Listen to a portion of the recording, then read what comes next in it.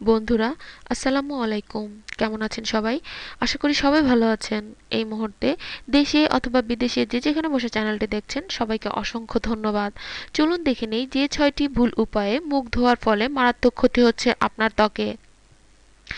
Scrub ও face wash ব্যবহার, face mask ও উপটান দেয়া, নিয়মিত মুখ ধোয়া, ফেসিয়াল ইত্যাদি সহ নানা কিছুর মাধ্যমে ত্বকের যত্ন নেন অনেকেই। আমরা দৈনিক সৌন্দর্যের দিক থেকে ত্বকের যত্ন নেওয়াকে অনেক বেশি গুরুত্ব দিয়ে থাকি, কিন্তু আপনি জানেন কি শুধুমাত্র যত্ন নয়, আপনার মুখ ধোয়ার কিছু ভুলের কারণেও ত্বকের ক্ষতি হতে পারে অনেক বেশি।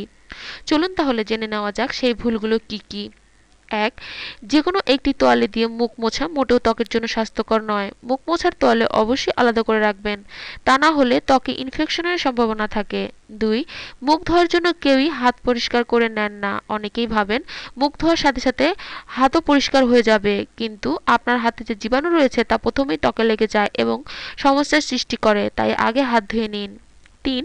স্ক্রাবিং ত্বকের জন্য অনেক বেশি জরুরি। এতে করে ত্বকের মরা চামড়া দূর হয় এবং গভীরে জমে থাকা ময়লা দূর হয়। অনেকে বেশি সময় ধরে ত্বক স্ক্রাব করেন, যা অনেক ক্ষতিকর।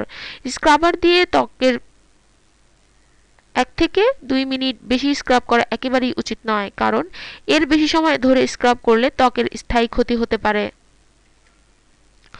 অনেক সময় নানা ফেস মাস্ক বা উপটান ব্যবহারের পর তা ঠান্ডা বা গরম পানি দিয়ে ধুয়ে ফেলার নির্দেশ দেওয়া থাকে। তখন আমরা সঠিক তাপমাত্রায় পানি ব্যবহার করতে অনেক বড় ভুল করে থাকি। খুব ঠান্ডা বা বেশ গরম পানি দিয়ে ত্বক ধোয়া মোটেই উচিত নয়।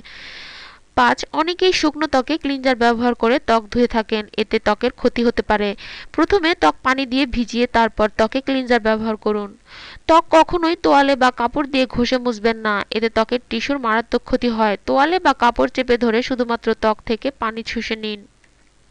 বন্ধুরা, এটুকুই ছিল আমাদের আয়োজন। আমাদের এই আয়োজন শুধুমাত্র আপনাদের জন্য।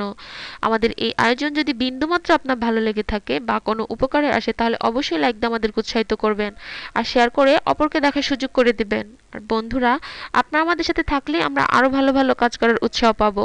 তাই প্লিজ আমাদের সাথে থাকুন, আমাদের চ্যানেলটি সাবস্ক্রাইব করুন। ভালো থাকবেন সবাই। আসসালামু আলাইকুম।